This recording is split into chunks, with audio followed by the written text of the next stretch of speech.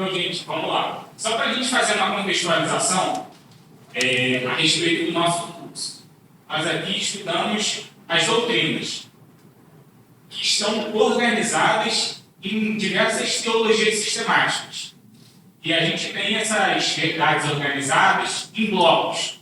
Por exemplo, aqui, desde o início do semestre até agora, nós estamos estudando as doutrinas referentes a Deus Pai.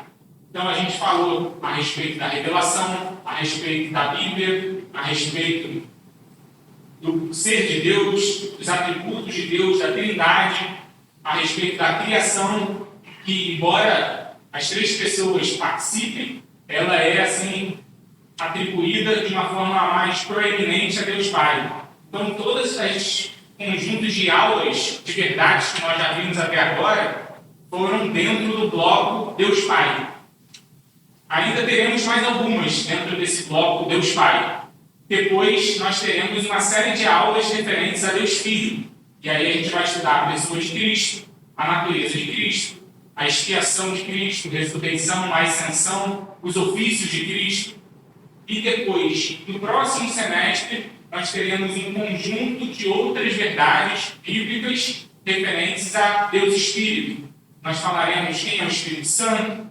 Então, só para a gente aqui organizar um pouco, arrumar na nossa cabeça onde nós estamos. Nós estamos aqui em uma das aulas referentes ao conjunto de verdades de Deus Pai. A gente chama de teologia sistemática porque ela está organizada de forma sistemática. Então, só para a gente então se contextualizar, hoje falaremos a respeito da doutrina da criação do universo. E para isso, vamos começar já lendo a Bíblia em 3 textos. Eu vou pedir a ajuda de vocês para nós lermos.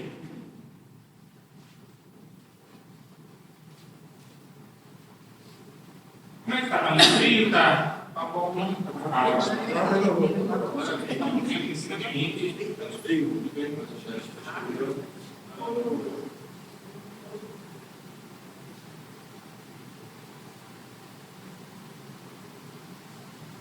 Alguém, por favor, pode começar lendo Hebreus 11:3, outra pessoa em Gênesis 1:1 e uma outra pessoa lendo os versículos do livro de Jó, capítulo 38, do verso 4 ao 7, por favor.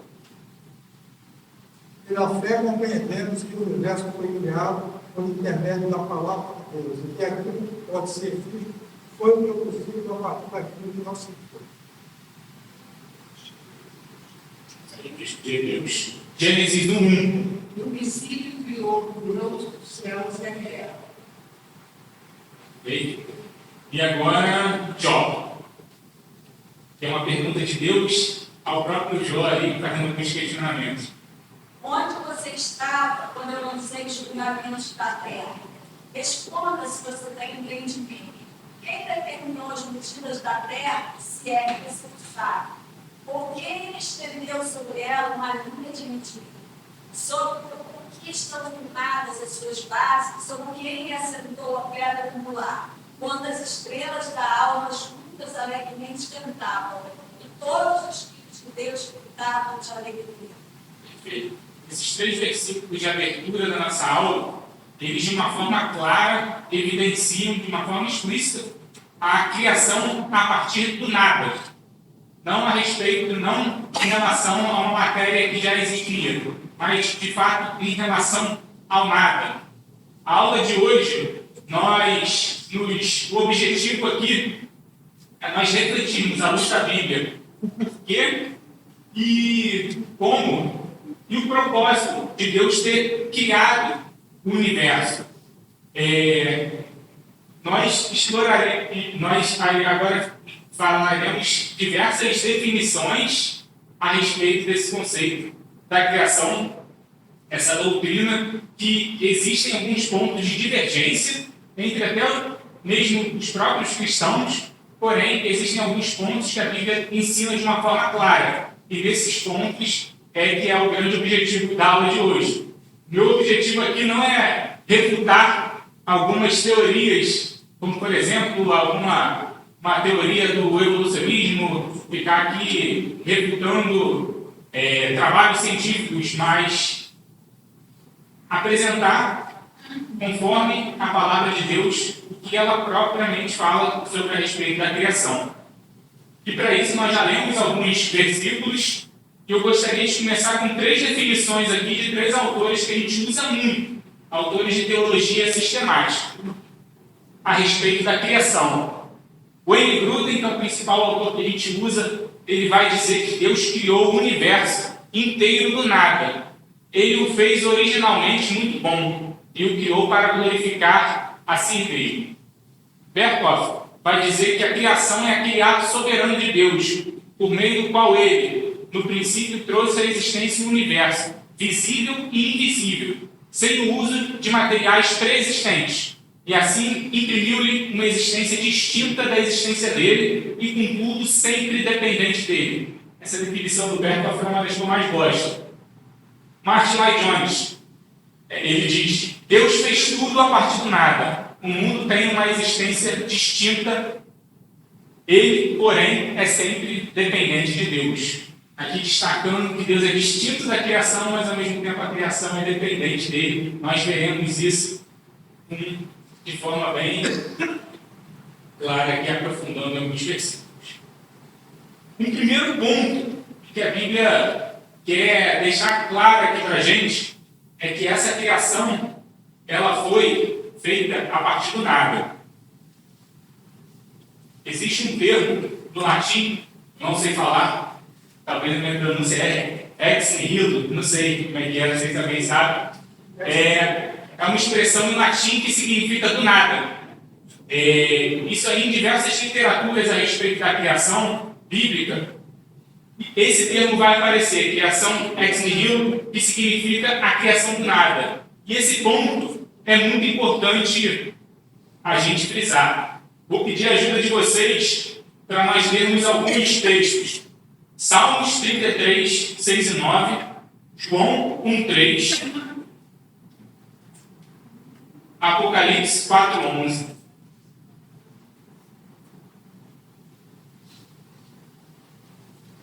Do outro aqui.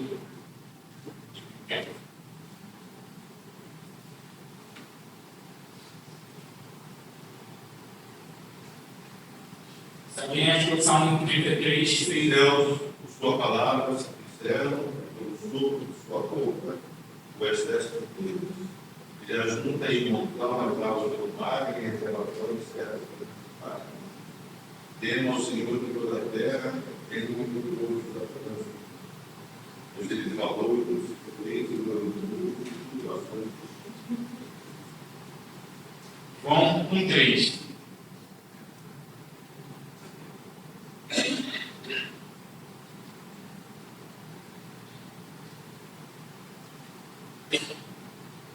Todas as coisas foram feitas por ele, e sem ele nada do que foi feito se fez. Perfeito. Mais um versículo destacando a respeito de que todas as criações, tudo que existe, toda a criação foi feita por intermédio dele. Não existia algo, já uma matéria eterna, não existia algo antes de Deus. A Bíblia ensina claramente que Deus criou tudo do nada, tanto a dimensão invisível e espiritual, quanto também as visíveis, o mundo material. Apocalipse 4, 11.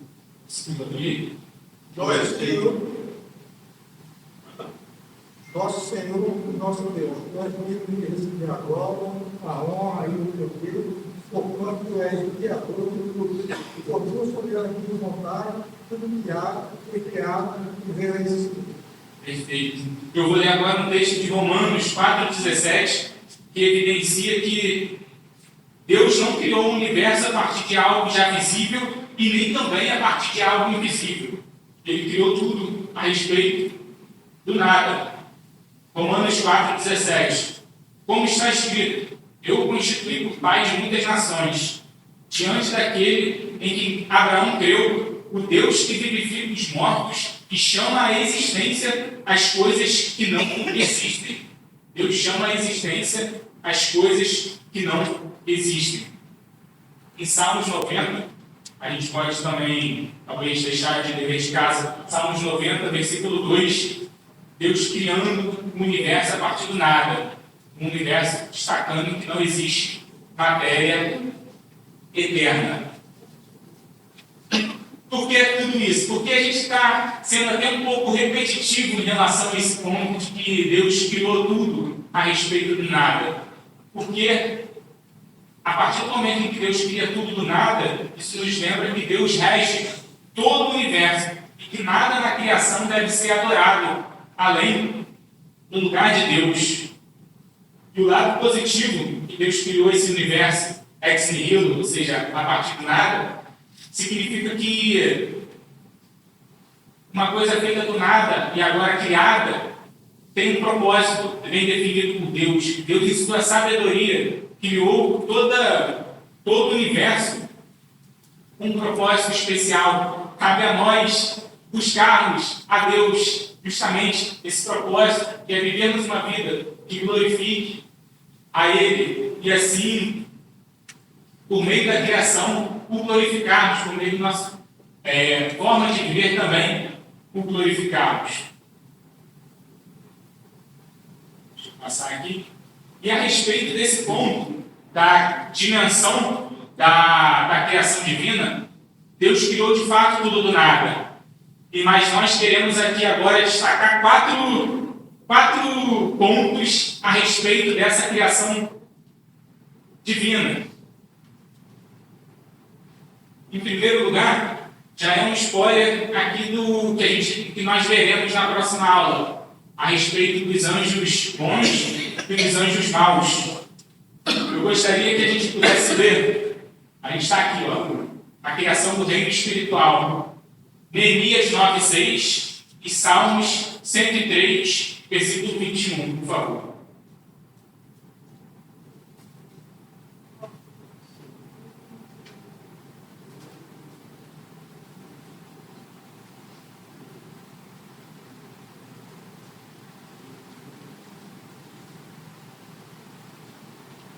Levantando-se do seu lugar, leram o livro da lei do Senhor, uma quarta parte do dia, em outra quarta parte dele, fizeram e adoraram o Senhor.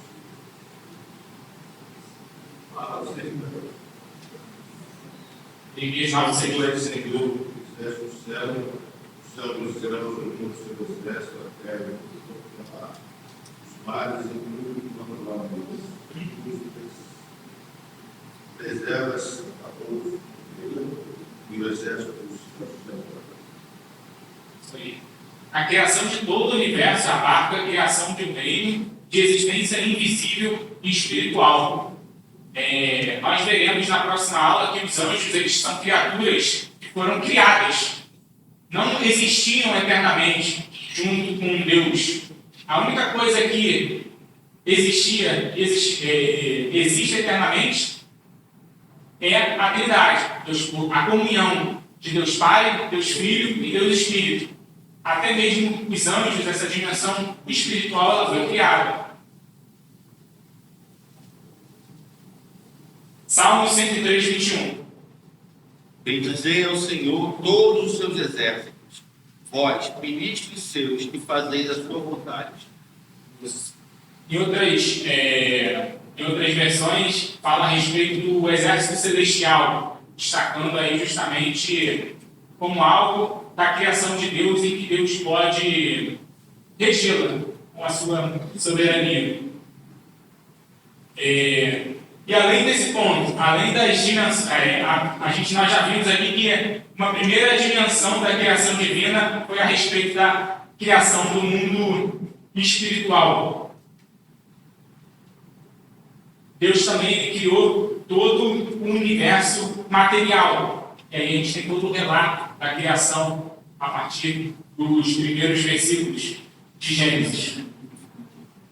Um outro ponto é a respeito da obra trinitária da criação. Embora a criação, ela, como aqui nós já falamos, ela seja de uma forma proeminente aqui atribuída, de certa forma, a Deus Pai, tanto Deus Filho quanto Deus Espírito também participaram da criação. E para isso nós precisaremos ler alguns textos que falam a respeito disso. Primeiro, em relação a Deus Filho, participando também da criação. Eu gostaria que a gente pudesse ler João 1,3 e 1 Coríntios 8,6.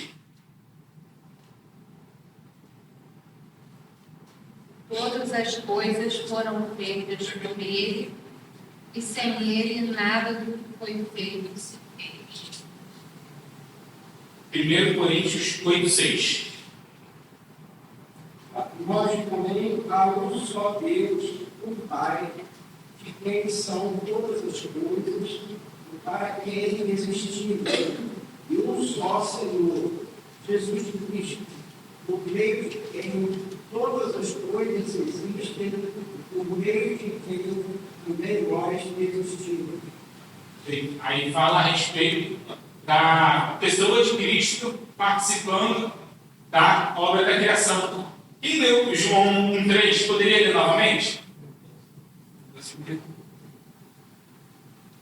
Só para eu destacar aqui. Todas as coisas foram feitas por ele, e sem ele nada do que foi feito se fez.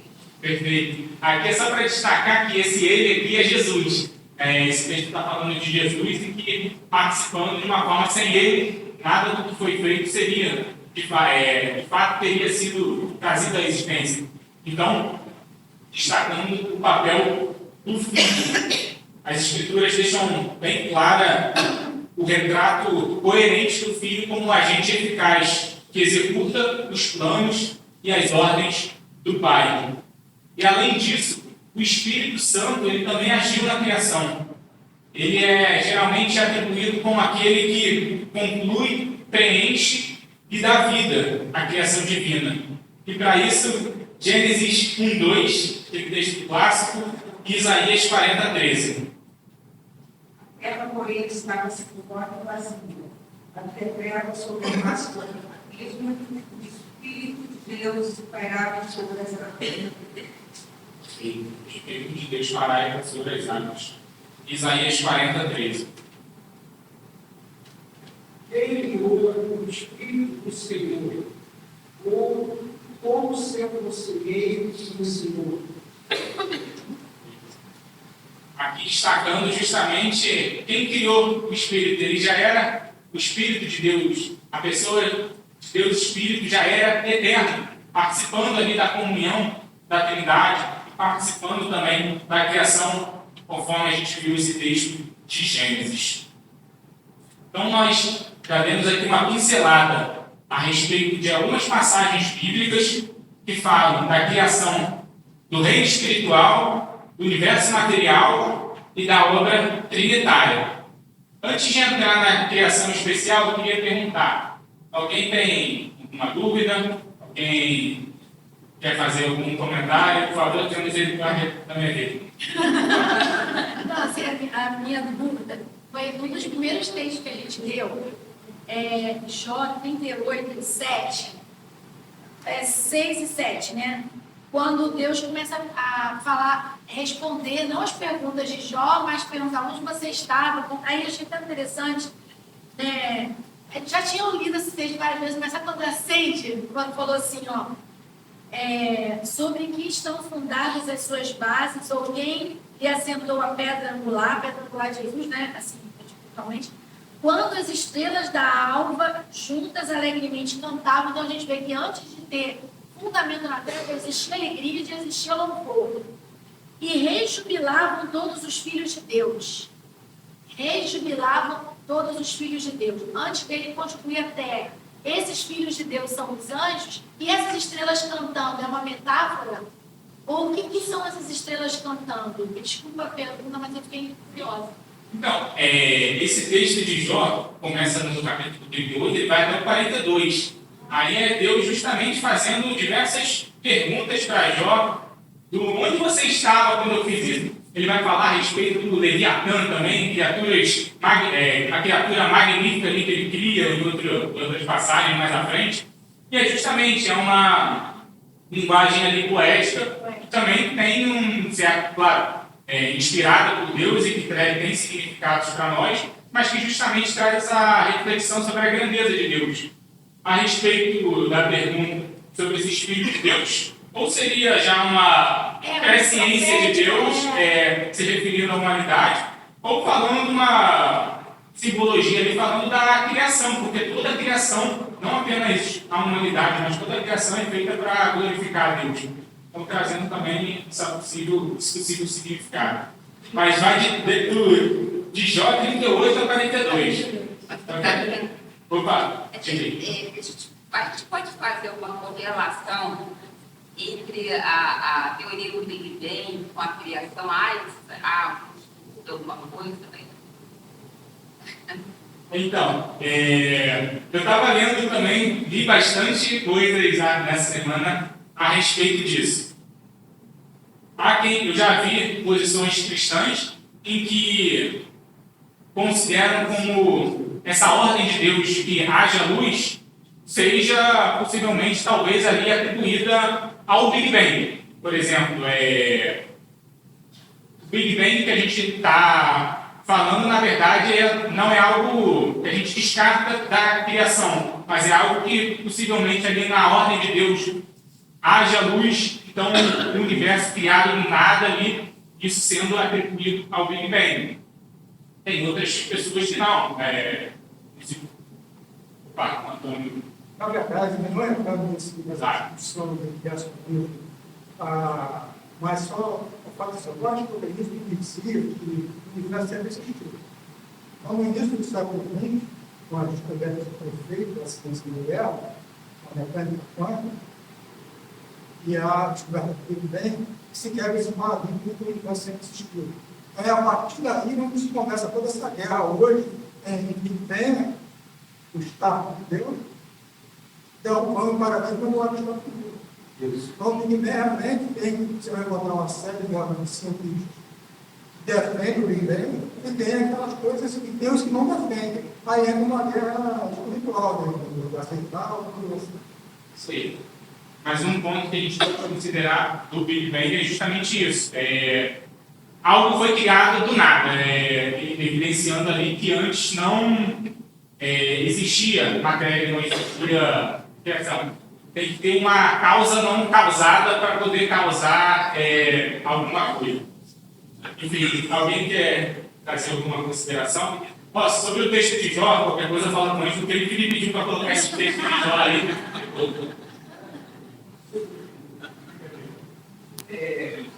Bom dia, Pedro. Que a Bíblia se preocupa no livro de Gênesis não é estar dentro da logística, não é oferecer explicações científicas. Porque se assim fosse, a Bíblia precisaria ser revista a cada 10 anos. Hoje em dia, a cada 2 anos, a ciência vai mudando. E não se sabia há 10 anos atrás, hoje se sabe. E é possível que daqui a 10, o que se sabe hoje, caia por terra. Então, se a Bíblia houvesse falado sobre o Big Bang, todos estavam antes de nós, não tinham a menor noção do que ela estava falando. Então, essa não é a preocupação da palavra. A palavra quer dizer que Deus fez, e que fez do nada.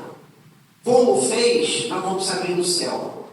Porque, como fez, se eu entender hoje, todos que vieram antes de mim não entenderiam.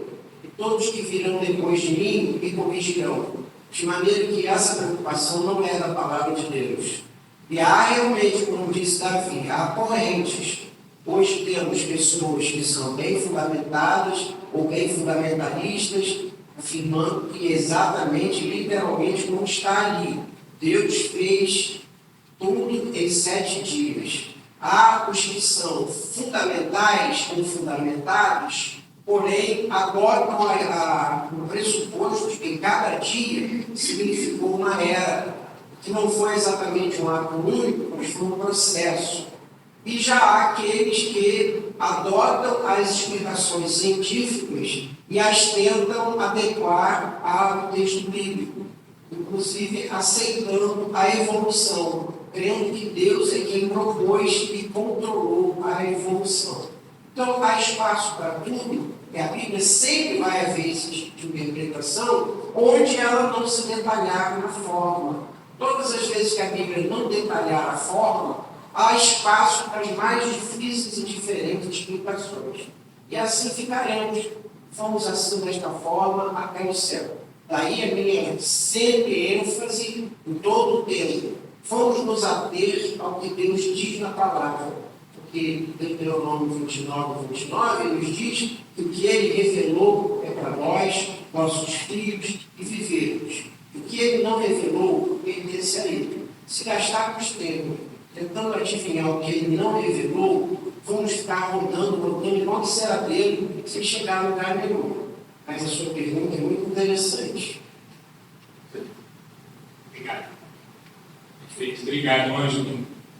É isso. Dentro aqui desse tema, nós teremos pessoas sérias com perspectivas diferentes a respeito do tema. Como já foi adiantado, algo que talvez eu falaria mais à frente a respeito dessa diferença dos dias e das eras, como um processo muito longo, indicando que a Terra é muito antiga, ou que de fato os dias são dias mesmo, indicando que a Terra tem pouco tempo. Então existe no meio científico essa divergência, de que a Terra tem aproximadamente 4 bilhões de anos, e aí a Terra é muito antiga, esses dias da criação foram eras, e tem a ideia de que a Terra é mais jovem, com aproximadamente 20 mil anos, e aí de fato os dias são dias mesmo, literais, 24 horas. Então, dentro até mesmo e pessoas sérias, tem fundamento ali para os dois. É uma discussão interessante. Tem até vários podcasts mas claro, tem que tomar cuidado com o que a gente escuta na internet, mas tem diversos debates interessantes a respeito dessa temática. Beleza? Então, vamos seguindo agora. Alguém tem mais alguma dúvida? Mais alguma colocação?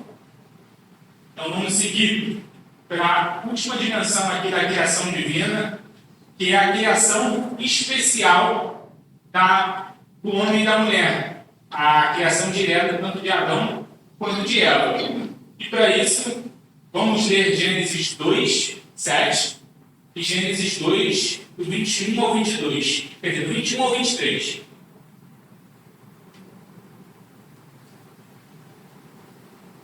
E formou o Senhor Deus o homem do pó da terra, e soprou em suas narinas o fôlego da vida. E o homem foi feito alma vivente. Perfeito. Aí é destacando justamente a criação do homem, Adão. Todo um trabalho ali especial na criação. Em tudo Deus disse, haja luz, haja os firmamentos. Para o homem teve todo um processo ali de criação mesmo, com todo cuidado. Então ele cria o homem. De igual modo, a gente vai ler agora a criação da mulher, a Eva. Gênesis 2, verso 21 ao 23, por favor. Então, o Senhor Deus o fez cair no sono profundo. Enquanto o homem dormia, tirou dele uma das costelas e deixou o espaço que ela ocupava. Dessa costela, o Senhor Deus fez uma mulher e a trouxe ao homem. Finalmente, exclamou o homem, este é osso dos meus ossos e carne da minha carne. Será chamada mulher, porque foi tirada do homem. Perfeito. Aí, de alguma forma, Deus deixa saber ao homem o que aconteceu e ele exclama de que ela saiu da minha costela e será, então, chamada de mulher. Então, dando todo um destaque especial a respeito da criação da humanidade. Isso traz, de certa forma, propósito para as nossas vidas, mostra que, embora a gente se pareça, talvez, fisicamente com talvez algumas espécies, nós somos, no entanto, criados de uma forma extremamente diferente, especial, carregados de intelecto, ação moral, ética em nossos corações, já algo impresso ali em nossos corações, criados à imagem e semelhança de Deus. E acho que eu já falei isso numa outra oportunidade aqui, mas a criação deve ser sim cuidada, deve ser sim valorizada. Tem até uma cachorra que vive lá em casa, sobe na cama, faz um monte de coisa de gente. Mas não tem o mesmo significado. De acordo com a perspectiva bíblica, o homem, a mulher, a humanidade tem um significado, um peso maior diante de Deus do que os restantes das espécies. Isso, enfim, claro que a gente tem que ter todo um zelo com a criação, todo um cuidado com o meio ambiente, responsabilidade, mas, de fato, existe um cuidado especial, o pináculo da criação de Deus, tanto o homem quanto a mulher, criadas à imagem e semelhança dele. Beleza? E aqui a gente entra em um outro tema bacana, que é a respeito da relação entre Deus e a criação. Antes de nós lermos aqui alguns textos, eu já peço aqui que quem puder possa ir abrindo em Atos 17, 28 e Colossenses 1, 17, por favor. Mas são dois conceitos que nós já falamos rapidamente no início da aula, mas que precisam ficar agora de uma forma mais clara aqui entendidos. Transcendência divina e imanência divina. Por que a gente está falando isso? Porque a transcendência divina vai dizer que Deus ele é distinto da criação. Ou seja, Deus não é a própria criação. Existe uma corrente chamada panteísmo, em que diz que Deus é tudo. Por exemplo, Deus é essa cadeira, Deus é a árvore, Deus é a nuvem. Isso a Bíblia não deixa claro. Isso a Bíblia afirma que não é. A Bíblia deixa claro que não é isso. Deus não é tudo. Deus é distinto da criação. Ele já existia antes da criação. Existia eternamente. Ele fez todas as coisas. E essa é a ideia de transcendência divina. Deus é distinto da sua criação. Ele não é parte da criação. Pois é Ele quem a fez e a governa. Ao mesmo tempo em que Deus ele é distinto da criação, ele é transcendente, ele também é imanente, ele se relaciona com a criação. Ele não é um Deus que fez e depois se desinteressou pela sua criação. Muito pelo contrário, além dele o fazer, ele também se envolve com a criação. Então são dois conceitos importantes, que é a transcendência divina e a imanência divina. Se a gente considerar que Deus fez tudo, mas não se envolve com a criação, a gente também cai num outro erro, que é o deísmo, de que Deus criou, porém, ele lá e a criação em outro canto, de uma forma entregue totalmente ao acaso. Então, esses dois conceitos precisam também estar bem claros, que Deus é distinto, porque ele criou, mas ao mesmo tempo ele permanece ele é imanente. Beleza? Vamos ler alguns textos em Atos 17, 28 e Colossenses 1, 17.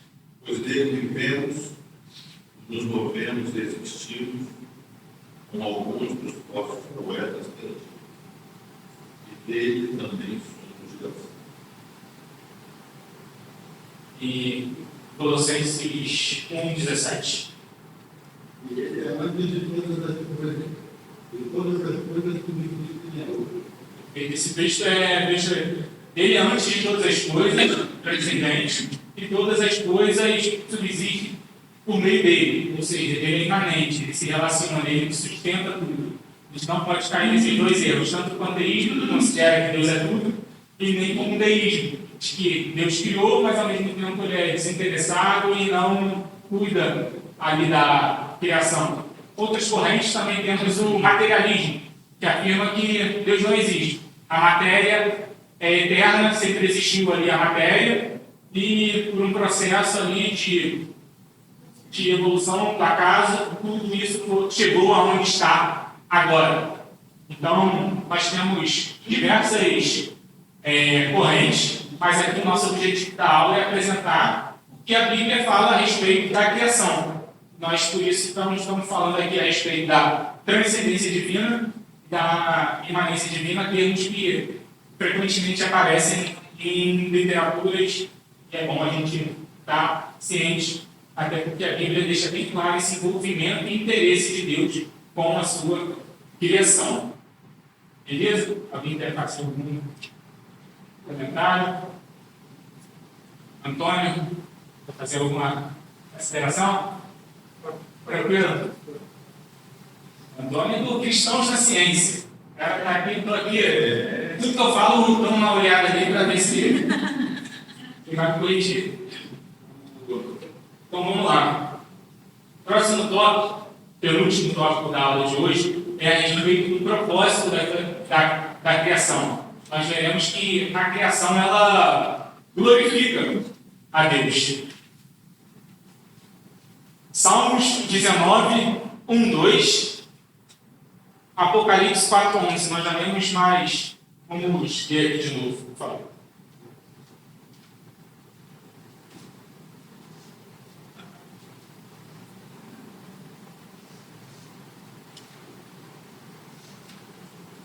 Os céus proclamam a glória de Deus, e o firmamento anuncia as obras das suas mãos.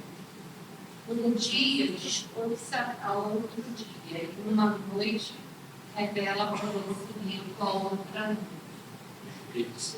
Tem toda uma linguagem carregada de simbolismo, de metáfora. Um dia anuncia outro dia, uma noite anuncia a outra noite, mas dizendo que Deus fez a criação, viu que a criação era muito boa, que é o último tópico da aula, e ele sente prazer na criação justamente pelo fato de revelar a própria excelência de Deus. Então a criação, ela deve nos trazer também prazer. Sempre que a gente meditar a respeito, ver uma paisagem bonita, contemplar as belezas da criação de Deus, isso deve nos levar também a glorificar a Deus, porque ali, na criação que foi criada de uma forma muito boa, isso está revelando a glória de Deus. Em Apocalipse 4, 11, por favor.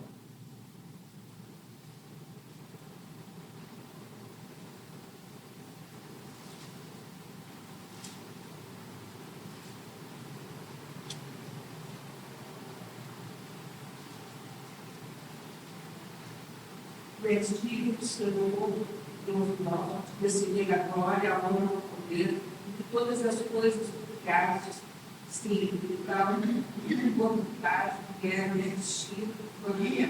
Perfeito. Esse texto que está aí para destacar um ponto importante. Porque a criação ela não precisava, nada do que Deus fez, ele tinha a obrigação de fazer. Esse texto de Apocalipse, de uma forma explícita, diz que todas as coisas foram criadas por meio da vontade dele. Então, houve ali não uma obrigação da parte de Deus em criar algo para que o completasse. Ele já era plenamente satisfeito na comunhão com a Trindade. Mas, ao mesmo tempo, ele cria todo o universo e, ao mesmo tempo, encontra prazer nessa criação. Por quê? Porque revela a excelência do grande Criador. E, por fim, nosso último tópico aqui é a respeito da bondade da criação. Porque muitas vezes a gente pode cair no erro de achar que a matéria em si é algo ruim, a criação em si é algo ruim. E a Bíblia destaca que tudo que Deus fez foi bom. Tudo, ele afirma isso em diversas passagens. Sempre, após etapas ali da criação, é dito que Deus viu que tudo que ele havia feito e tudo havia ficado muito bom. Nesses textos aqui de Gênesis, eles também estão, alguns podem ser encontrados na apostila. Mas houve alguma coisa que é justamente o que é relatado em Gênesis 3, a respeito da queda, por conta ali da rebeldia do coração da humanidade, tanto do homem quanto da mulher. Houve uma corrupção disso que foi criado como sendo muito bom, por conta ali da ideia do orgulho de querer ser como Deus. Então, entra o pecado no mundo, tem a queda do homem, tanto de Adão quanto de Eva, e por conta do fato de que somos descendentes de Adão e Eva, nós carregamos essa natureza pecaminosa. essa distorção ali. Continuamos sendo a imagem e semelhança de Deus, porém, existe ali um borrão, que é justamente o pecado, não permitindo que a gente consiga ver a excelência de Deus, a não ser por Cristo. Então, apesar do pecado no mundo, a criação material ainda é boa aos olhos de Deus e deve ser vista como boa por nós também. Paulo afirma que tudo que Deus criou é bom. E eu gostaria que a gente pudesse já ir abrindo em 1 Timóteo 6,17, a respeito do desfrute apropriado da criação. Vamos ler esse texto. 1 Timóteo 6,17. Ensine aos ricos deste mundo não se orgulhem, bem confiem em seu dinheiro, que é incerto. Sua confiança deve estar em Deus, que provê ricamente tudo que necessitamos para a nossa satisfação. Perfeito. Aqui há um alerta a respeito de você se apoiar inteiramente em relação às riquezas, destacando que as bênçãos espirituais ela tem um valor muito maior do que as riquezas materiais. Porém, na segunda parte do texto, fala e não descarta a possibilidade de há um deleite também na criação material. Nós podemos aqui estudar de viagens, da culinária, das criações, que é o que a gente vai ver aqui no próximo slide, porque existem implicações positivas e práticas a respeito dessa bondade da criação em nossas vidas. A Bíblia deixa claro que a bondade da criação nos protege de um ascetismo falso, que considera o uso e prazer da criação material como errados. Podemos desfrutar da criação com gratidão. Podemos ser gratos por aquilo que Deus criou. Existe o ascetismo que vai nos dizer uma corrente filosófica que vai dizer que a gente tem que a matéria em si é ruim, nós temos que lutar contra os desfrutes da criação, por assim dizendo, de modo a alcançar uma transcendência espiritual. Mas não é isso que a Bíblia ensina. Nós podemos sim desfrutar da criação, é claro, com um desenvolvimento responsável, sabendo que nós somos mordomos aqui, fomos colocados como alguém que está cuidando desse mundo, governando ali debaixo da graça de Deus. Essa verdade incentiva os cristãos a promover o desenvolvimento, seja industrial, o tecnológico apropriado, juntamente com a preocupação ambiental. E um outro ponto muito interessante também é a respeito da criatividade humana. Nós tivemos uma aula a respeito dos atributos de Deus. Nós vimos que alguns atributos pertencem unicamente a Deus, que são os atributos incomunicáveis, como onisciência, onipotência, eternidade, infinitude. Esses atributos pertencem unicamente a Deus. Porém, outros atributos, que são os atributos comunicáveis, pertencem também a nós, seres humanos, como, por exemplo, o amor, a bondade, a justiça, a santidade. E também tem um atributo que às vezes fica muito esquecido, que é a criatividade. Nós podemos ser criativos porque somos a imagem e semelhança do grande Criador. Então, há também beleza e há também glória no fato de, claro, numa escala bem menor, essa atividade criadora, seja numa decoração, seja em uma forma ali que você, de forma criativa, resolveu para solucionar um problema. Nós temos esse atributo e nós podemos também criar. E isso com alegria, desfrutando justamente dessa grande criação de Deus.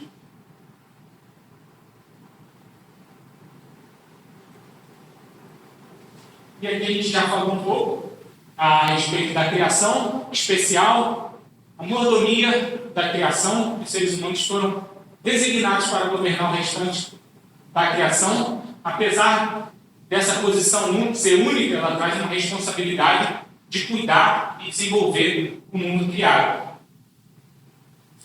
E o significado humano. Muitas correntes vão dizer que o homem é destituído de significado comparado à grande casualidade de desenvolvimento do universo. Porém, é claro que o foco aqui não tem que ser o homem, o foco é Cristo. Porém, Deus criou tanto o homem quanto a mulher de um significado muito especial, a sua imagem e semelhança. E que isso possa nos trazer esse senso de responsabilidade para vivermos uma vida que o glorifique.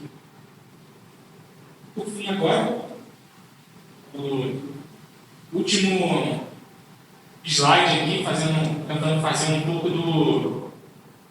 um resumo. Voltando aqui ao fato da criação ex nihilo, a criação do nada. Destacando que, uma vez que foi criado do nada por um Deus, isso implica que o universo tem um propósito e significado. Uma vez que tudo foi criado por Deus, isso deve nos levar à adoração, reconhecer Deus como Criador. E a responsabilidade. Nós somos chamados a usar a criação para a glória de Deus, não por interesses egoístas, não por um interesse de prejudicar ou maltratar as espécies, mas sim um uso consciente da criação, com prazer, mas de modo que glorifique a Deus. E é isso, pessoal. Termino por aqui. Deixo aqui alguns... Temos ainda 10 minutos. Mas quero deixar aqui aberto para quem quiser fazer alguma consideração.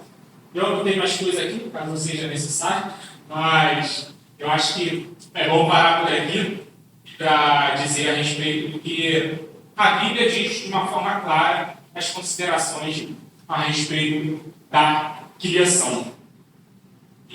Alguém quer, Ângelo, Marcos, quer fazer alguma consideração?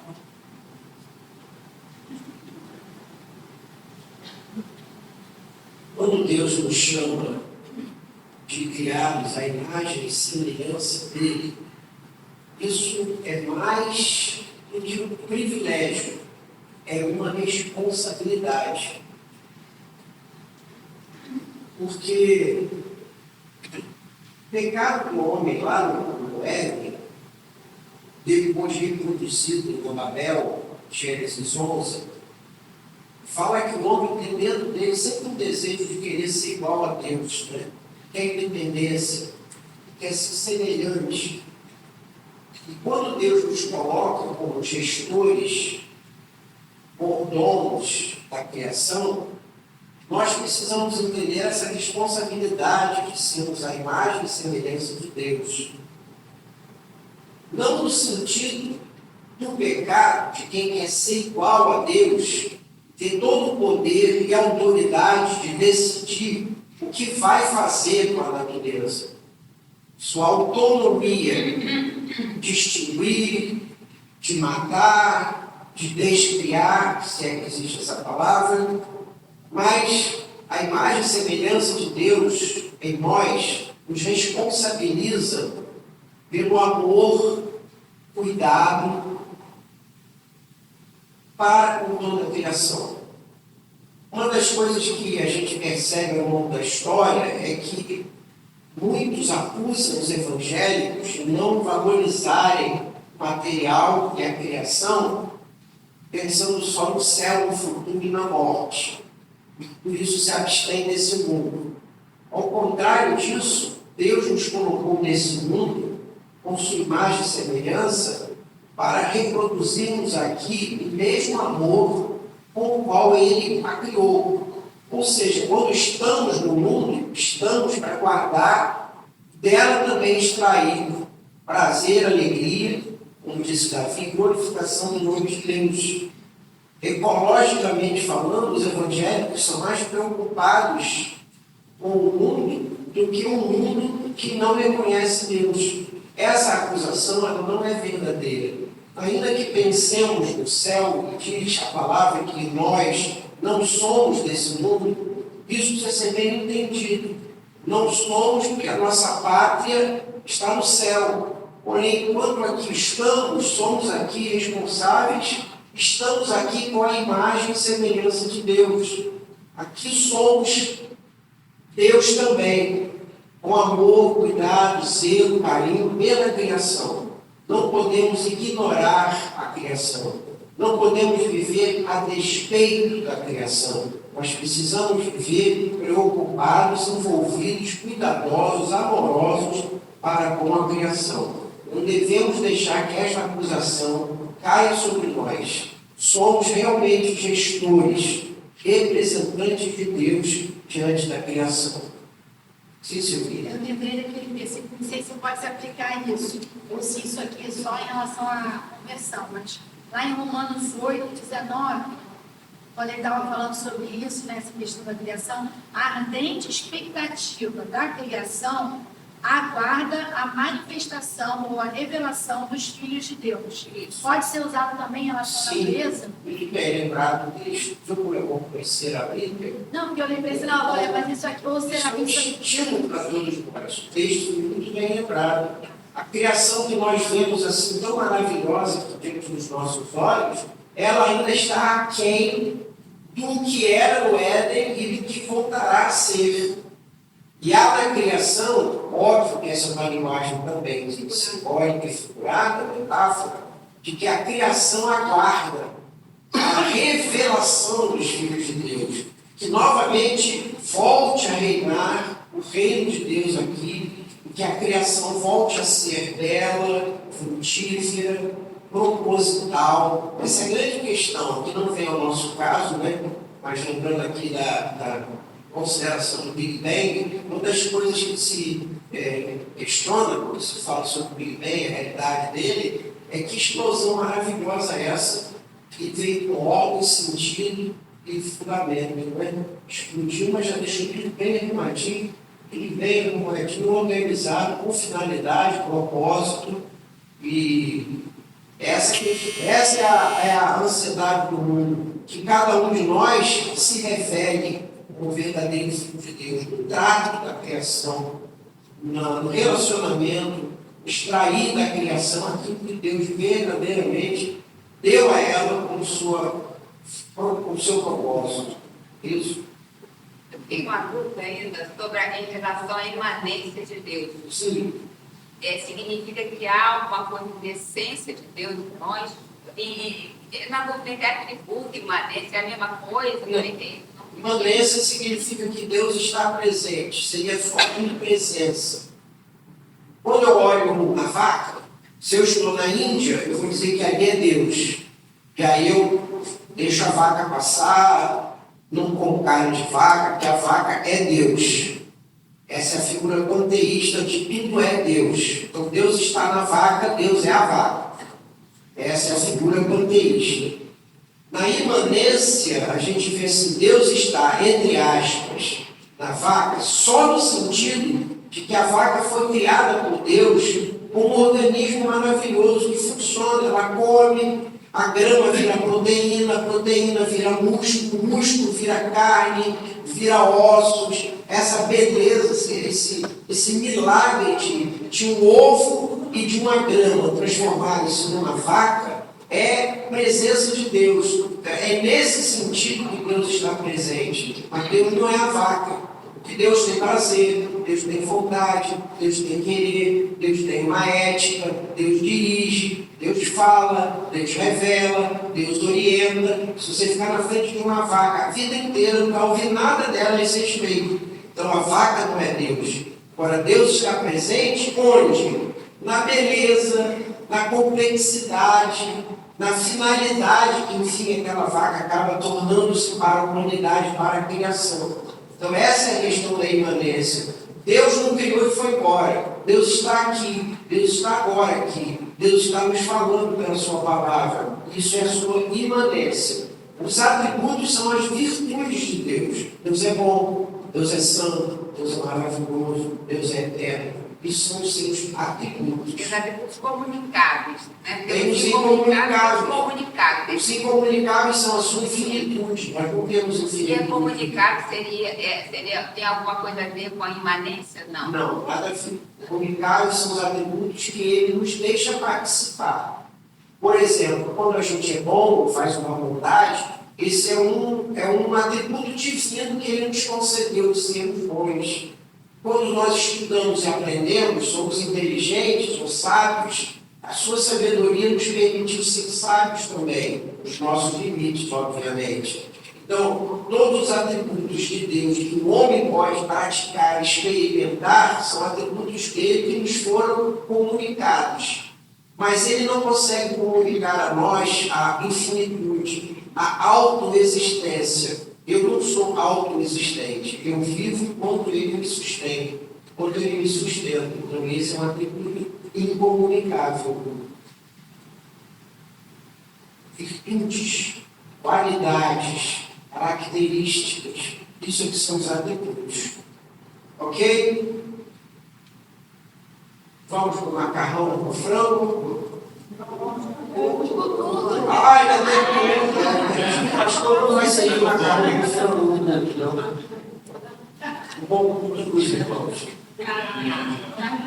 Esse domingo passado, vamos com vinho, o suco de uva.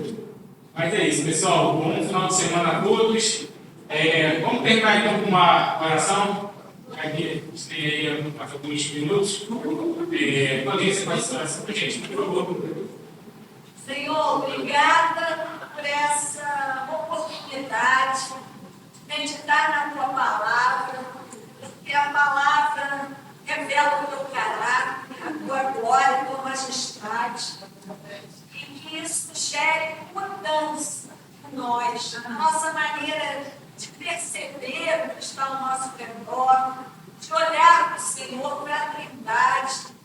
Possamos, Senhor, não só ouvir a tua palavra, mas aprender, que ela retorne para ti, fazendo aquilo que o Senhor a destinou. Mais uma vez agradecemos pela vida do Davi, por seu empenho, por sua dedicação, por seus atributos. Abençoa, continua abençoando o teu servo, para a glória do teu nome. Em nome de Jesus Cristo. Amém. Amém.